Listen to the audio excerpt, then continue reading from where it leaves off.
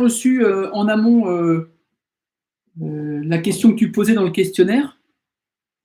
Comment gérer au mieux la motivation de mon équipe dans le cadre du Covid et des auto-formations qui le suivent. Ma façon de faire est-elle la bonne? Donc, je vais commencer ce direct live par vous donner quelques petits éléments sur des clés pour comprendre ce qu'est la motivation, où pourraient en être vos collaborateurs. Et du coup, Julien, si tu peux dans le chat un peu plus préciser ce que pourrait être ton attente par rapport à une éventuelle question auquel je pourrais répondre.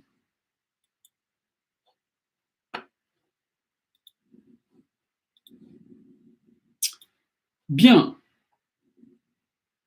Allez, je vous propose, dans ce cas, d'attaquer tout de suite. Donc déjà, merci infiniment d'être là pour ce direct live.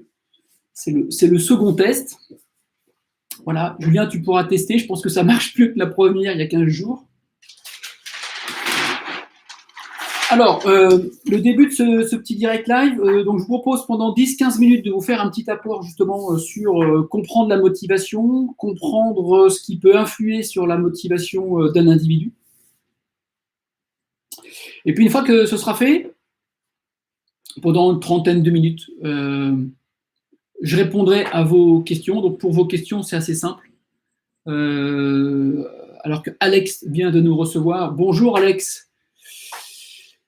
Alex que je connais bien. Alex, dans le fil des commentaires un peu plus haut, si tu n'as pas eu le temps de la télécharger, tu as la fiche pratique concernant l'échelle de la démotivation des collaborateurs.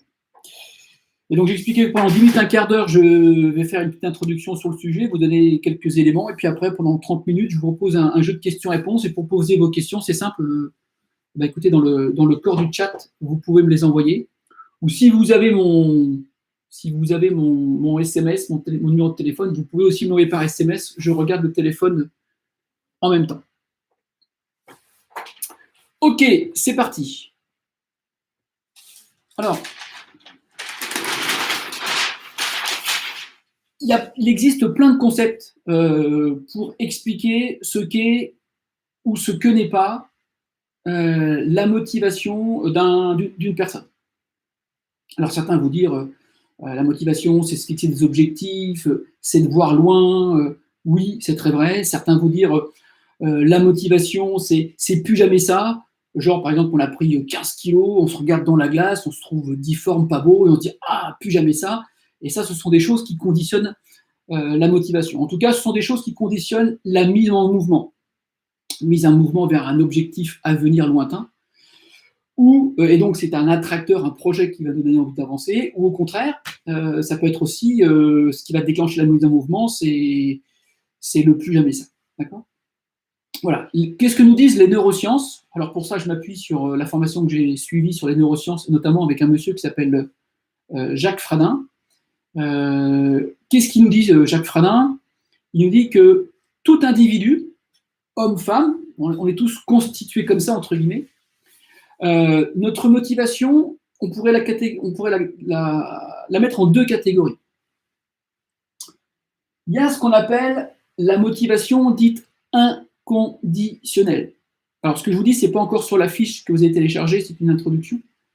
Et cette motivation inconditionnelle, c'est la motivation liée au simple plaisir de faire les choses. C'est-à-dire qu'il me suffit de faire les choses que j'aime pour naturellement être motivé. Alors, c'est le week-end, par exemple, on se lève et puis le samedi matin, on va aller faire sa passion, son hobby. Ça peut être dans le métier, il y a des parties du métier qu'on aime moins, puis il y a des parties du métier qu'on adore. Tiens, cet après-midi, je vais rencontrer un fournisseur, je vais faire de la négo, ou tiens, cet après-midi, je vais travailler sur un plan marketing, ou tiens, cet après-midi, je vais voir mes collaborateurs parce que j'adore le management. Bref, le simple fait de faire ce que j'aime, automatiquement, maintient mon niveau de motivation de manière haute. Et ce qui est génial, c'est que ça, c'est stable dans le temps. D'accord ? Donc, le lien avec le management, c'est que quand on est plutôt durablement à faire un métier qu'on aime, on a plus de chances d'être durablement motivé, et donc d'avoir durablement du plaisir, et donc d'avoir durablement un niveau stable et moins de secousses. D'accord? Donc, pourquoi inconditionnel? Parce que je réussisse, que ce soit difficile, peu importe, je m'en fous, j'ai juste du plaisir à le faire. D'accord? C'est pour ça que je trouve que dans la notion de recrutement, aller se reconnecter à est-ce que les gens vont prendre du plaisir à faire le job, c'est un b.a.-ba. On peut chercher des compétences, on peut chercher des profils, mais si à un moment donné, il n'y a pas le plaisir à faire le métier au quotidien, eh ben, les gens, durablement, ils baissent. Je pense qu'en ce moment, ce qu'on vit avec le Covid, je pense que les gens qui sont dans le métier de la santé, il n'y a qu'un truc qui les fait tenir. Hein. C'est le plaisir, entre guillemets, même si en ce moment c'est rude, n'empêche, c'est tout ce plaisir lié au sens qu'ils ont mis à faire ce métier. Voilà. Donc, Jacques Frada nous dit voilà, tout individu fonctionne et peut entretenir sa motivation au travers du plaisir. C'est pour ça que les gens qui n'ont pas de hobby, les gens qui n'ont pas de passion, les gens qui ne savent pas perdre du temps à juste faire des choses qu'ils aiment, eh ben, vont avoir du mal à avoir un niveau de motivation haut dans le temps, puisqu'ils vont être beaucoup plus soumis aux aléas auxquels les autres les aléas. Hein. Imaginez, j'aurais pu faire une photo, vous avez deux grandes piles dans le dos, vous savez, deux grandes piles d'iPhone, là. Eh ben, celle-ci, tant que je fais ce que j'aime, ça serait génial. Voilà. La deuxième grande famille de motivation, et celle-là, elle nous intéresse un peu plus, c'est ce qu'on appelle les motivations dites conditionnées. La motivation conditionnée, c'est-à-dire que je vais être motivé si j'atteins un résultat et ou si j'ai de la reconnaissance. Et pour avoir de la reconnaissance, il y a deux façons. Soit moi-même, je suis capable de m'en donner parce que j'accède à un résultat et donc je développe de la satisfaction personnelle, donc je suis capable d'être dans mon auto-reconnaissance, et où j'ai en plus la reconnaissance des gens qui sont importants pour moi. Alors, les gens qui sont importants pour moi, ça va être les parents, ça va être, quand on était gamin, les maîtres et les maîtresses, les institutrices, les instituteurs, ça va être de professeurs, ça peut être des entraîneurs de le sport, ça peut être un moniteur, une maîtrise de musique, ça devient le manager, d'accord? C'est-à-dire que, donc du coup, c'est-à-dire que je serai motivé si j'atteins des résultats, et depuis tout petit, on a quand même été élevé à des bons points, hein. Il y a des bons points, des images, donc ouais, c'est quand même bien ancré tout ça, et ou de la reconnaissance. Donc, tant que j'ai des perfs, ça va. Quand j'ai pas de perf, bah, si je suis quand même capable d'avoir une autre reconnaissance parce que je peux mesurer mes progrès, ça va. Et puis s'il y a quelqu'un qui vient me dire bravo, c'est bien, bah, ça va. D'accord? Sauf que quand il n'y a plus ça, bah, on voit que là, du coup, voilà, cette motivation, elle va être beaucoup plus fluctuante, elle va être beaucoup plus instable. Ce cycle de cyclotimie. Et donc, comme il est instable, eh ben, ça peut générer dans la durée des moments de pleine motivation et d'énergie. J'ai des résultats, je cartonne, en plus mon patron il me valorise à mort, ma femme m'aime, mes enfants m'adorent. La success story.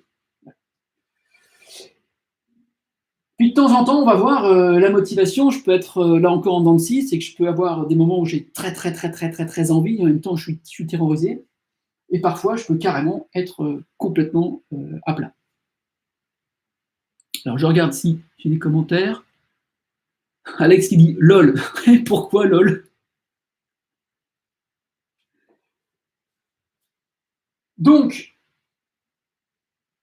on voit bien que cette motivation, voilà, nous sommes construits comme ça. Ça veut dire que ici, et le lien avec la démotivation, mes enfants m'adorent, dit Alex.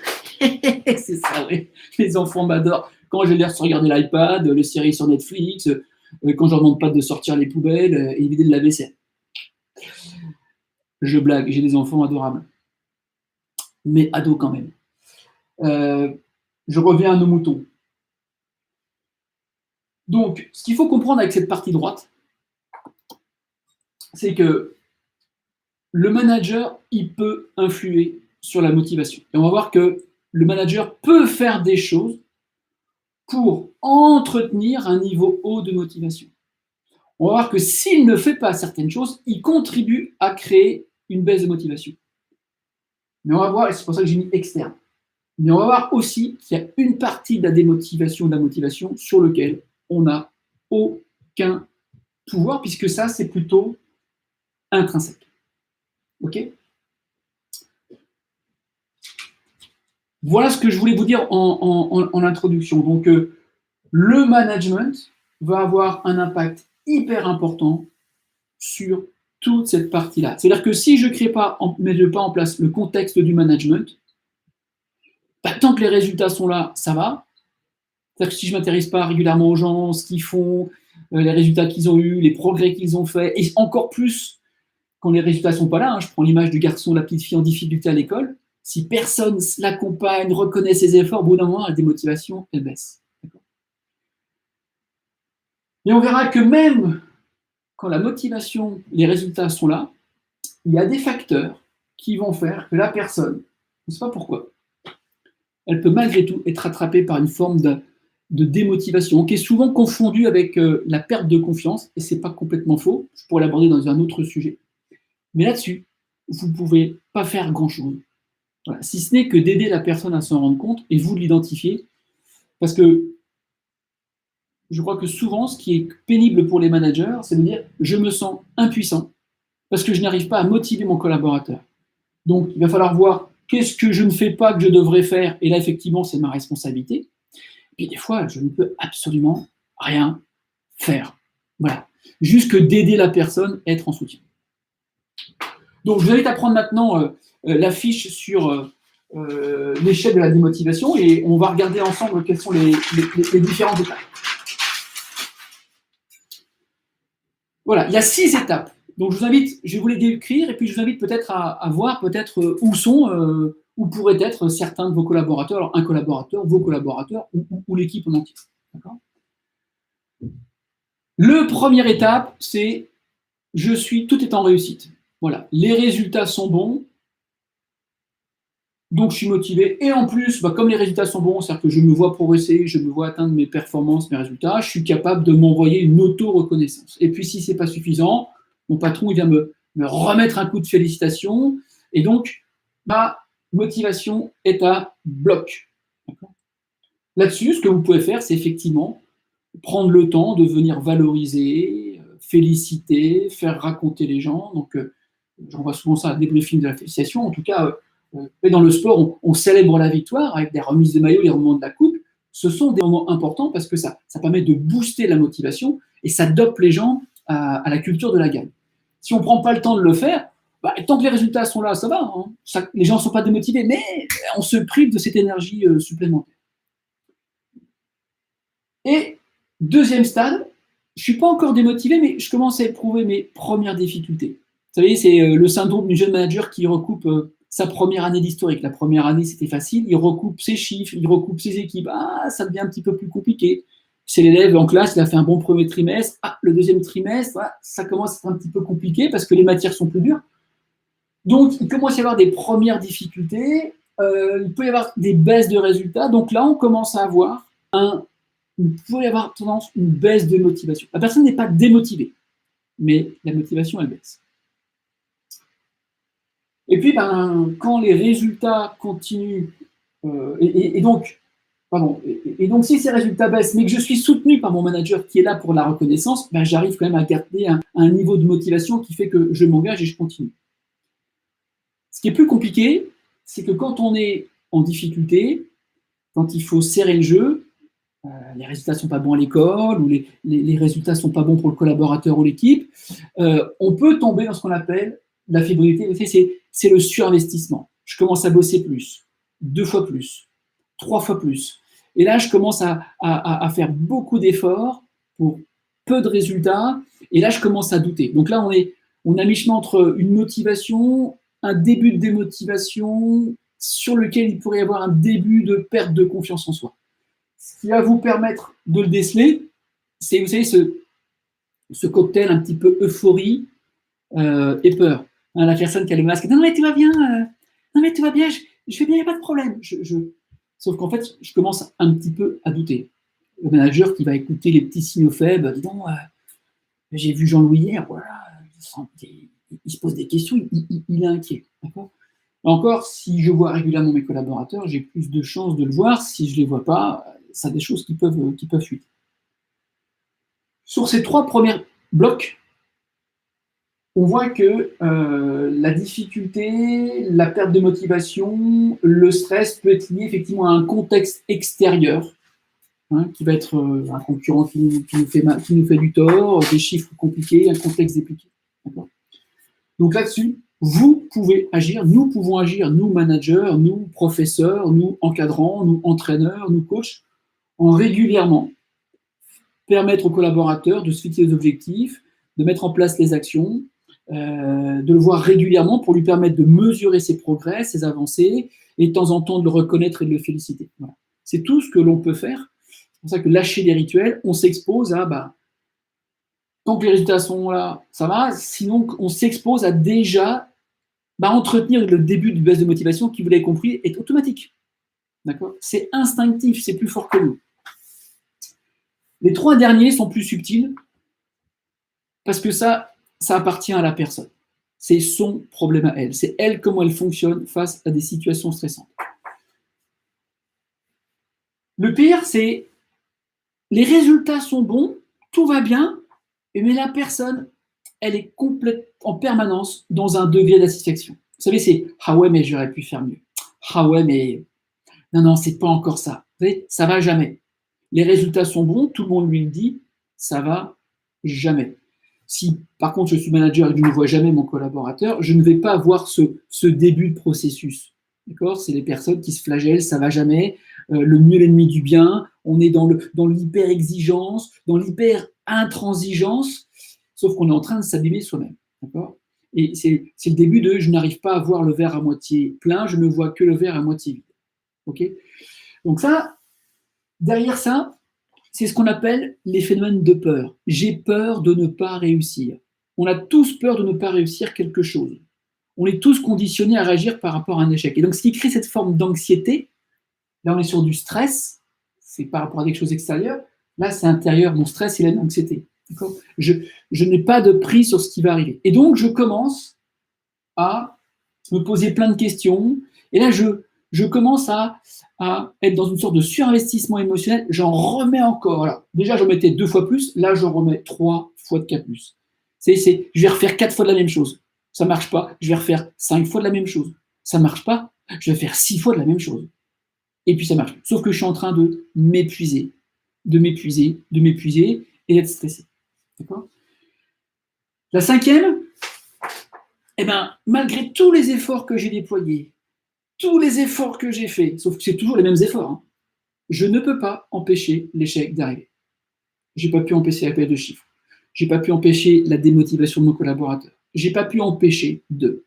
Et là, on est clairement dans une démotivation, parce que là, c'est une démotivation liée à l'échec. Vous voyez, tout à l'heure, motivation liée à l'atteinte de résultats, sauf que là, c'est même pas moindre résultat, c'est échec.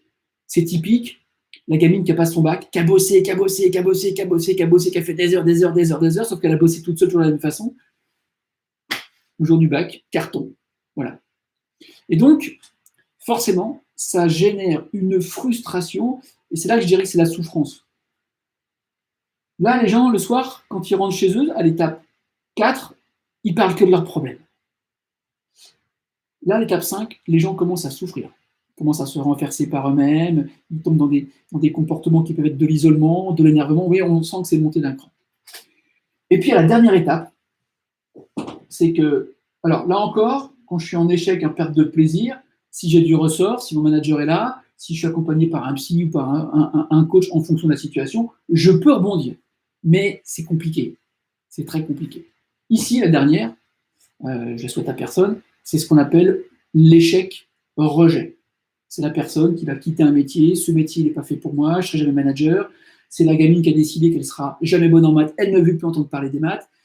C'est la personne malheureusement qui a vécu un divorce et qui, c'est fini, moi, la vie c'est pas pour moi, je me mets en échec. Plus jamais ça. Je l'ai personnellement un peu vécu dans ma carrière, où j'étais un peu en difficulté sur ma dernière année de régionale. Il m'a fallu beaucoup de temps pour ressortir de cette spirale de l'échec dans laquelle j'étais tombé. Et pendant quelques temps, je voulais plus reprendre de responsabilité de manager d'équipe. Je suis parti pendant 3-4 ans chez les RH avant de. Et après, j'ai pu rebondir sur créer mon activité, mais pendant ces 2-3 ans, clairement, il y avait une sorte de rejet, de perte de confiance, de perte de motivation. Et ça, c'est très douloureux parce que si on est dans le déni de ces 2 dernières étapes, d'accord, on pense être dans l'évitement, j'en parle pas, sauf que cela, ça nous rattrape tous les jours. Voilà. Peut-être que vous avez des collaborateurs qui sont ici. Là, il est trop tard. Hein. Là, vous, les managers, vous ne pouvez pas agir. Vous pouvez juste le voir et aider la personne peut-être à s'orienter vers des personnes qui pourront l'aider. Un coach, ou en tout cas aller voir les RH. Ici, vous pouvez agir. Ici, vous pouvez essayer d'aider la personne à relativiser sur l'étape 4. 5 et 6, c'est compliqué, c'est pas de votre domaine. Voilà ce que je voulais vous dire. En lien avec ces peurs, sur la fiche, je vous ai mis hyper. Hyper. Vous avez 4 hyper. Hyper perfectionniste, hyper ambitieux, hyper contrôle, hyper social. Les hyper, ce sont nos comportements de trop. Le trop, ça cache une qualité. Exigeant, c'est bien. Trop exigeant, maniaque. Humain, c'est bien. Trop humain, ça devient coulant. D'accord ? Performant, c'est bien. Trop performant, ça devient peut-être mettre la pression. Et en fait, le mécanisme, c'est que quand on est sur de l'insatisfaction en permanence, la 4 et ici, c'est que mon échec à moi, par exemple, si je prends le rouge hyper social, mon échec à moi, ce serait de ne pas être aimé par mes équipes. Donc je suis super gentil. Et plus une était difficile, je suis encore plus super gentil. Puis je me rends compte qu'à force d'être gentil, je me suis fait bouffer. Et donc je suis en échec. Et donc c'est moi qui suis en échec. J'ai été gentil, j'ai tout fait pour être gentil et je ne suis pas aimé. Voilà. Ça, c'est pour ça que je donne cette clé, parce que les gens qui sont là, d'accord, tous les trop que l'on voit de l'extérieur, ce sont en fait l'excès de leur qualité. Et s'ils n'en sont pas conscients, eh ben, ils vont continuer d'être dans ces trop. Or, les trop, ça bouffe de l'énergie. Et vous avez compris que quand ça bouffe de l'énergie et que ça ne garantit pas le résultat, ça continue à creuser la démotivation. Voilà sur ce que je voulais vous dire. Alors, à vos claviers, à vos chats, est-ce que vous avez des remarques, des questions sur cette partie-là, ou directement des questions par rapport à vos équipes et vos contextes management? Et moi, j'en profite pour boire.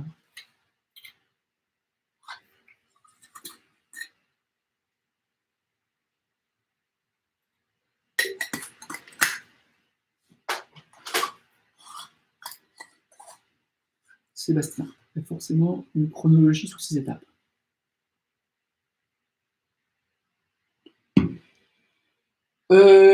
Oui, généralement oui. Généralement oui. C'est lié à la grille de stress. Hein. Alors, il peut y avoir une chronologie.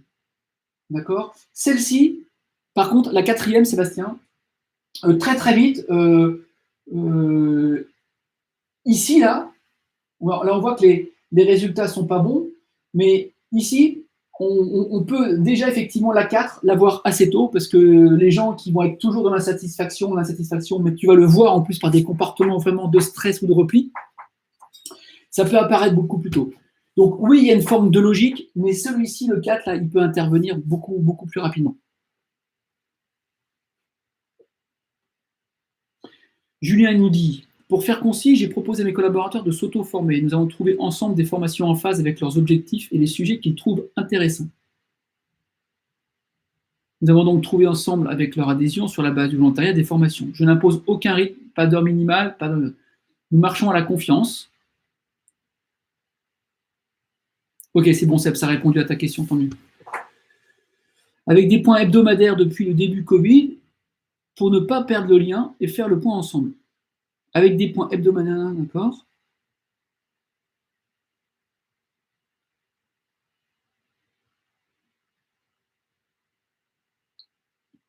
Alors, j'imagine que tu vas nous donner un bout de ton autre question, Julien, parce que du coup, quelle est ta demande ou ton besoin?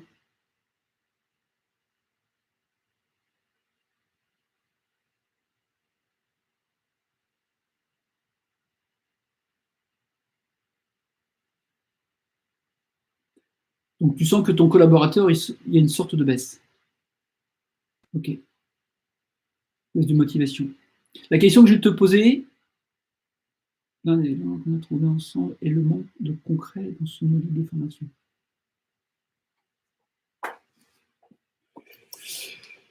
Ok, qu'est-ce qui te pose un problème par rapport à ça, Julien? Parce que, bon, à la limite, j'ai envie de dire, dans la vie, il y a des fois on est motivé, puis des fois on n'est pas démotivé, on n'est pas motivé plus que ça. Voilà, donc on fait les choses parce qu'il faut les faire, mais bon, donc ça peut être effectivement, peut-être que c'est pas du concret pour lui, peut-être qu'il n'est pas. Mais du coup, en quoi ça te pose un problème, toi?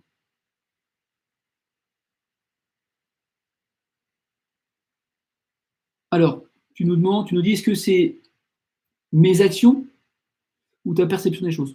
Bah, j'ai envie de lui dire, Julien, moi je serais toi, bah, j'irai lui dire ce que je ressens. Je lui dis, voilà, écoute, je voudrais vérifier avec toi euh, par rapport à ces formations ce qui se passe vraiment, parce que je me pose des questions. Voilà, est-ce que ça t'intéresse? Est-ce que ça t'intéresse pas? Est-ce qu'il y a quelque chose que j'ai mal fait?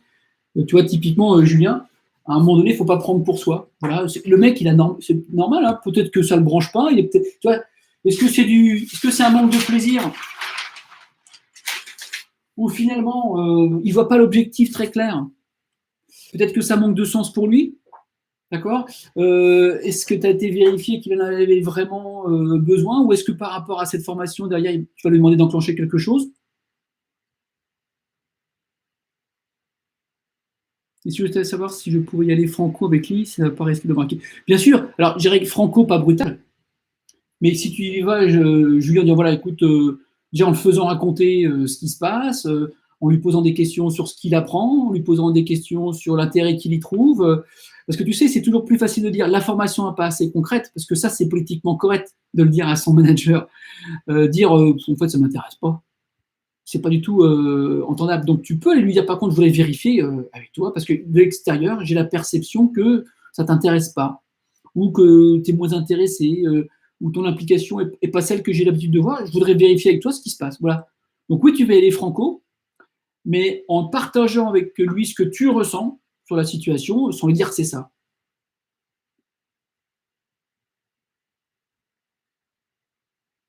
Voilà, donc si en plus c'est un type qui a besoin d'objectifs, c'est peut-être qu'effectivement, il faut qu'il sente que la formation, c'est pas une action pour une action. Peut-être que c'est de l'aider à réfléchir euh, en quoi demain cette formation va lui permettre d'atteindre un objectif, et là qui pourrait être un objectif de sens pour lui. D'accord. Faire les choses pour faire les choses, ça n'a aucun sens. Ce qui nous donne du gaz à y aller, et on peut très bien faire les choses sans être motivé, mais juste parce que c'est un engagement, c'est parce on est plutôt sur un engagement ou un objectif moyen long terme. Toi, en ce moment, tous les matins, je fais des pompes et je fais de la PPG. J'aime pas ça. Hein. Si je pouvais fuir, je fuirais. Mais par contre, je sais pourquoi je le fais. Donc peut-être qu'effectivement, ton travail, c'est d'aller vérifier ce que tu ressens et peut-être mettre avec lui le doigt sur, OK, en effet, le relier sur un objectif moyen-long terme qui fait sens pour lui. Alors, Sébastien, le contexte actuel demande beaucoup d'agilité avec des directions et des contre-directions. Par moment, nos équipes ne sont plus sur leur cœur de métier et donc pas dans la performance.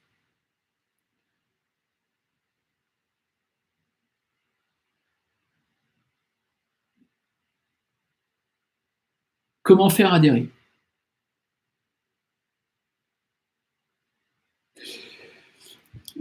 Ta question elle est super, Sébastien, parce que je crois qu'aujourd'hui, il faut accepter de dire que les gens ne sont pas motivés.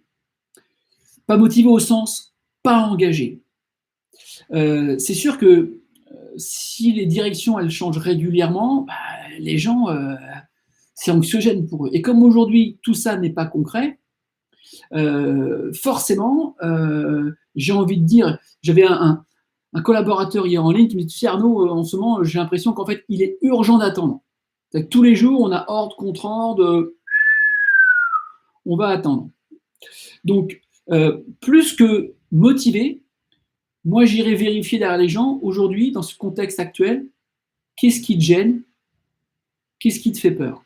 Parce qu'en ce moment il ne faut pas se leurrer, on est tous rattrapés par une forme d'anxiété. L'anxiété, le stress, c'est facile parce que le stress, ça me stresse, donc c'est concret, c'est visible, je le vois. L'anxiété, finalement, c'est j'imagine qu'il va se passer des choses et j'ai pas de prise dessus. Donc, je pense que la motivation et l'engagement aujourd'hui, ils sont bas parce que certains se demandent à quelle sauce ils vont te manger. Pour certains, elle est basse parce que d'autres disent mais est-ce que j'existe encore? Quel métier on va me confier? Est-ce que c'est une remise en cause de ma performance, de ma personnalité? Vous savez, hein, les gens, ils pensent à 3 choses, hein, à eux, à eux, à eux. Ils ramènent tout à eux, et c'est normal. Donc, comment faire? Ben, je pense que c'est là où j'oserais dire, bon voilà, dans cette période de confinement, quelles sont les questions que tu te poses, quelles sont les craintes que tu as, et quelles sont les réponses ou les questions auxquelles tu voudrais avoir des réponses. Peut-être que de temps en temps, vous allez vous rendre compte que les gens veulent des réponses sur lesquelles vous-même ne pouvez pas vous positionner. D'accord? Et par contre, parfois, certains, juste les rassurer, leur dire que c'est pas remis en question. Voilà, les gens ont besoin qu'on les chouchoute et qu'on s'occupe d'eux. Vous savez, je vais prendre l'exemple, c'est vous commandez un produit chez un client, c'est toujours vous qui rappelez le magasin pour savoir où est votre colis. Au bout d'un moment, vous ne comprenez pas. Si par contre, je vais au-devant des gens, je vais les faire parler, les faire poser leurs craintes et leurs peurs.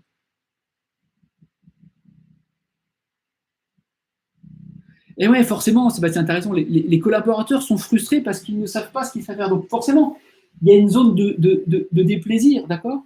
Maintenant, si on les met sur des objectifs, qu'on donne du sens à ces objectifs pour l'intérêt d'État, pour la mission, et par contre qu'on s'engage avec eux, non pas sur dans 6 mois ce sera fini, mais régulièrement je fais le point avec toi et j'essaie de trouver une sorte de négociation, ben, pendant qu'on fait ça, on occupe les gens en termes d'esprit, d'accord? Et ils sont plus enclins. Tu sais, en ce moment, les gens, ils ont besoin d'être écoutés, ils ont besoin de larguer le sac, d'accord? Donc c'est là où, ouais, il faut accepter de passer un petit peu de temps. Euh, c'est pas faire du psychopapouille, mais c'est comprendre que oui, à un moment donné, on est rattrapé par toutes ces questions angoissantes, ces vraies peurs. Voilà. Et que si on les lève pas maintenant, la semaine du retour du confinement, ça va être l'embouteillage au bout du tunnel, hein. Je ne sais pas si ça répond à ta question, Sébastien. Donc, moi j'ai envie de vous dire, vous ne mettez pas de pression sur la motivation. Les gens ne peuvent pas être motivés complètement en ce moment. C'est normal. C'est complètement normal. Notre job, c'est petit à petit de les rassurer. Et après, la motivation s'enclenchera. C'est tant que le début du match, il pas sifflé, on se pose plein de questions. À partir du moment où le match il est sifflé, hop, ça repart. Donc, il faut accepter ça. Et vous, cher manager, de ne pas vous mettre cette pression sur vos épaules. D'accord? Ce que vit le collaborateur, Sébastien, ça lui appartient.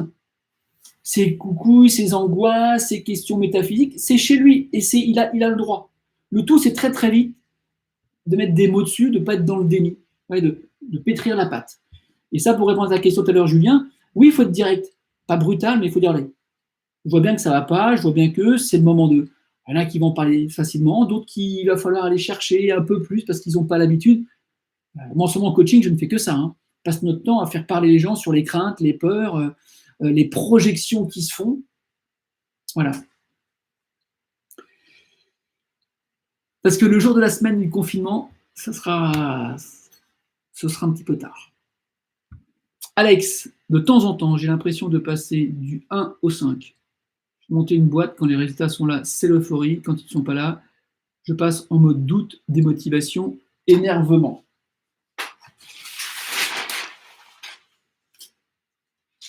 Alex, t'en penses quoi? Voilà. Déjà, Alex, je pense que tu es normal. D'accord. Tant qu'il n'y a pas de perte de plaisir, alors attention, hein, il y a perte de plaisir, c'est une perte de démotivation, mais la perte de plaisir, c'est j'y retourne parce que j'aime ça quand même. Et te connaissant, je pense qu'il y a de ça. D'accord. Donc je ne dirais pas que tu es là. Moi, je pense que tu es encore là. D'accord. Et ça, forcément, c'est Josiane Balasco qui est en haut de la pente, c'est j'y vais, mais j'ai peur. Voilà, on a envie et en même temps, on est rattrapé par cette frustration, par cette peur, cette crainte. Donc, c'est tout à fait normal. Cette partie-là, Alex, il faut apprendre à l'apprivoiser. Il faut l'accepter. Par contre, mets des mots sur qu'est-ce qui te fait peur. Allez, va au maximum de ta peur, va au maximum de ta démotivation. Elle te dit quoi si tu devais t'écouter?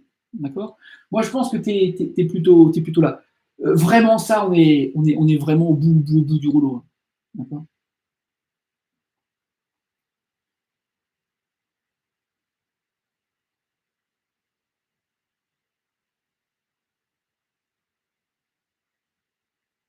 Ok, top, ça marche. Bon, et ça fait déjà 40 minutes, c'est top. Alors, si ça vous plaît, allez, je vous demande un petit cadeau. Mettez un petit like là, mettez un petit pouce en dessous de la vidéo. Envoyez-moi des cœurs, envoyez-moi des j'aime. C'est très narcissique, hein, je le sais.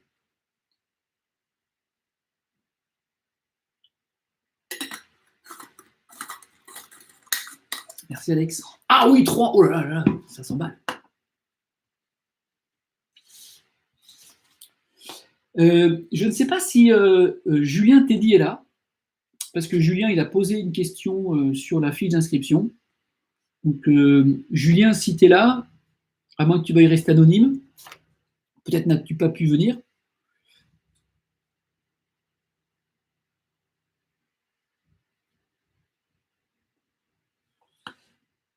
Alors, la question de Julien, de Teddy Julien. Je vous la mets dans le fil. Peut-être allez-vous vous y retrouver par rapport à ce que vous vivez ou peut-être vos managers. Ah, il y a trop de. Sébastien, c'est une invitation? Alors, je vais la lire parce que je n'arrive pas à le faire je vais le faire en plusieurs fois. Parce que c'est trop long. Donc,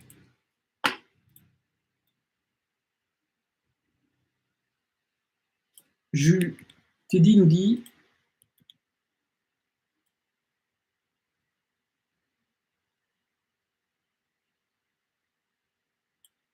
Bon, j'arrive pas à le copier. Teddy nous dit, je fais des entretiens annuels, les augmentations et les primes restent majoritairement les moteurs de motivation. Comment expliquer l'adéquation de l'effort et le montant des augmentations? Car pris dans le tourbillon des chantiers et projets, je perds le fil. Je n'arrive pas à suivre régulièrement les objectifs avec tous mes collaborateurs. Ces objectifs se perdent et même ne sont plus représentatifs au bout d'un an. Et un suivi mensuel est trop lourd et au bout du trimestre, ça s'oublie. Auriez-vous des idées sur le sujet? J'essaie de faire un repas régulièrement pour chacun de mes collaborateurs, mais cela me semble insuffisant. Dur le management. Donc, très clairement, mon cher Teddy, Julien, typiquement, malheureusement, tu vois, en ne voyant pas tes collaborateurs régulièrement, tu t'exposes à ça. Voilà. Et aujourd'hui, malheureusement, c'est que faire un repas, c'est sympa. Mais un repas, c'est de l'encouragement, c'est du festif, c'est de la cohésion. Les gens, ils aiment ça. Mais ce dont ils ont besoin, c'est aussi qu'on leur fasse un feedback. D'accord? Donc, moi, j'ai bossé toute l'année. À la fin de l'année, il y a une décision qui est prise sous la forme d'une prise. Et donc, en fait, ça veut dire que votre seul modèle de reconnaissance dans l'entreprise, c'est l'entretien annuel et l'attribution d'une prime ou pas d'une prime. Et donc, forcément, les personnes, ils trouvent ça juste ou injuste. Okay, si plus régulièrement je vois les gens et je suis en capacité de leur faire des feedbacks sur ce qu'ils ont bien fait ou ce qu'ils n'ont pas bien fait, je me donne beaucoup plus de chances en fin d'année de leur expliquer le pourquoi de mes décisions. Donc, ça expose à deux choses. C'est que ça veut dire que on peut montrer que la motivation n'est pas que liée au salaire. Et d'ailleurs, souvent, il y a beaucoup d'études qui montrent que la motivation n'est pas que liée au salaire. Elle l'est effectivement pour une partie, un résultat, mais les gens aussi, ils ont besoin qu'on reconnaisse et valorise leurs efforts. Donc, j'ai envie de te dire que malheureusement, il faut voir plus régulièrement tes collaborateurs. Je ne sais pas combien tu as de collaborateurs, mais à l'échelle d'un mois, consacrer par collaborateur ne serait-ce qu'une heure à deux, je pense que c'est le mal nécessaire pour en tout cas être capable de leur apporter autre chose que juste de la prime, mais de la reconnaissance sur la compétence, de valoriser ce qu'ils ont fait. Et en plus, ça te donnera des billes pour être en capacité en fin d'année de beaucoup mieux expliquer ce qui t'a fait prendre telle ou telle décision. Après, ils aiment ou ils n'aiment pas, mais en tout cas, toi, tu pourras être beaucoup plus juste dans tes explications. Alors du coup, je te mets dans le fil une petite vidéo que j'ai faite sur YouTube. Tu verras, c'est les entretiens annuels, mon coup de gueule, parce que j'explique justement ce qui se passe en fin d'année. Je te laisse la lire, la vidéo. Tu verras de quoi elle parle, mais très clairement, si j'attends la fin d'année pour dire aux gens bravo, il est trop tard. Du coup, j'ai pas assez d'arguments pour leur expliquer au fil de l'eau ce qui a guidé mes choix. Et ça, c'est pas de la motivation, ça, c'est de la récompense. Et juste faire une bouffe de temps en temps, c'est bien. Ça, c'est pour l'ambiance, la cohésion, mais ça n'a rien à voir avec un feedback individualisé sur le professionnalisme de la personne.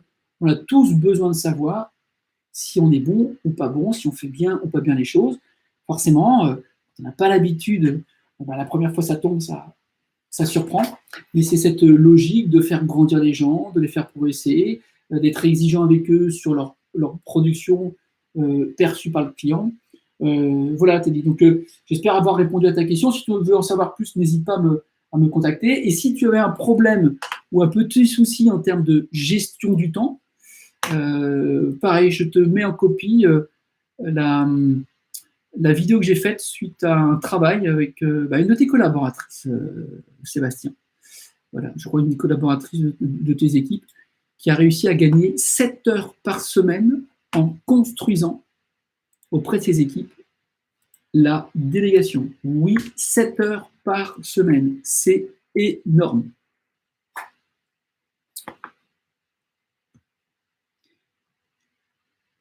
Sébastien, j'adore tes commentaires. Merci beaucoup. Est-ce qu'il y a d'autres questions? Il nous reste encore un petit peu de temps.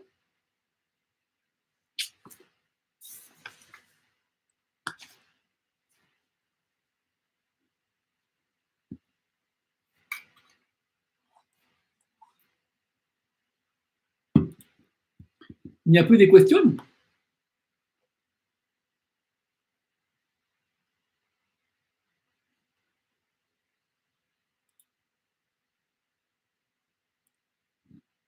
I can't believe it.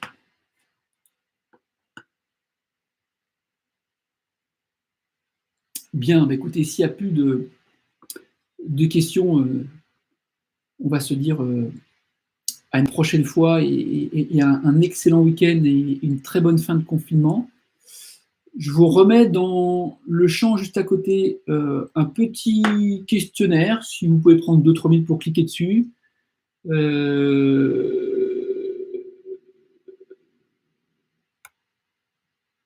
Alors Mathieu dit, je suis sur YouTube. Est-ce que tu es sur YouTube sur ton téléphone ou sur ton PC? Parce qu'en principe, sur ton PC, tu devrais voir apparaître le champ avec le chat. Si c'est ton téléphone, en bas, tu as chat. Sinon, pose-moi tes questions, Mathieu, par SMS et je les retranscrirai au reste du groupe. Voilà, je vous fais suivre le petit Google Form pour débriefer, pour que vous me fassiez un petit retour sur ce que vous avez aimé, pas aimé, cette conférence. Également, si vous souhaitiez qu'elle se reproduise, alors pour vous, pour vos équipes, quel serait le meilleur jour, la meilleure heure, peut-être la meilleure plateforme. Bref, je suis encore en expérimentation et ça m'intéresse de construire ça avec vous.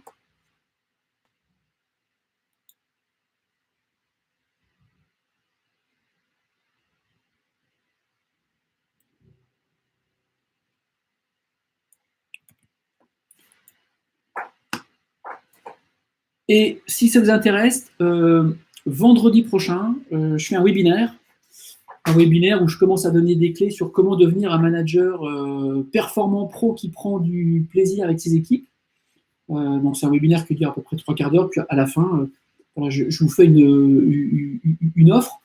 Celles et ceux qui sont mes clients et qui sont à l'antenne, ce sont des choses que vous connaissez. Voilà, c'est plutôt la version digitalisée que je suis en train de mettre en place pendant ce confinement pour rendre accessibles ces modules à d'autres qui ne pourraient pas se former ou qui voudraient se former uniquement par le web. En tout cas, si vous êtes intéressé, inscrivez-vous. Si vous connaissez les entraînements, vous trouvez ça bénéfique, ben, écoutez, vous me rendrez service en les faisant suivre au plus grand nombre. Voilà, je vous mets juste le lien. Bien évidemment, il y aura aussi une petite campagne de mail qui aura lieu à la suite. Voilà, je laisse encore 3 minutes si jamais il y avait encore des questions de la part d'entre vous.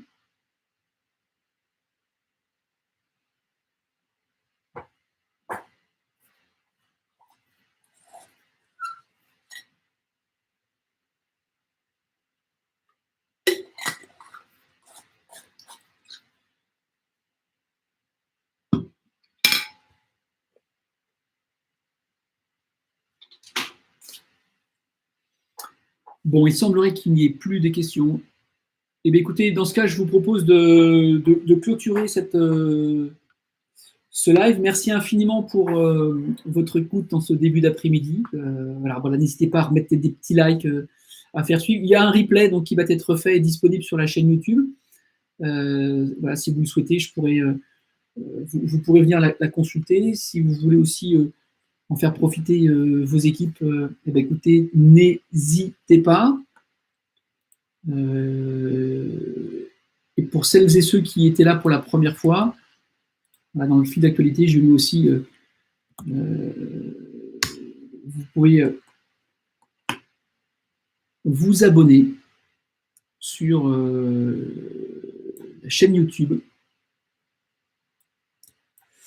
et bénéficier également d'une formation 10 modules gratuite.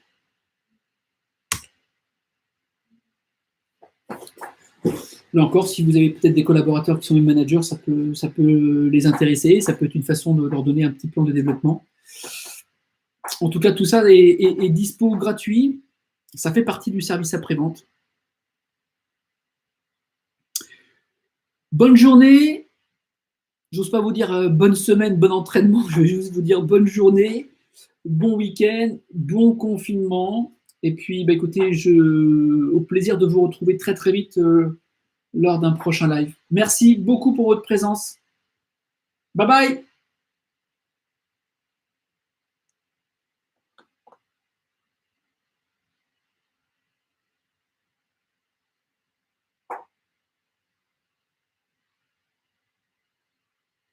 Ouais, merci Julien, c'est sympa.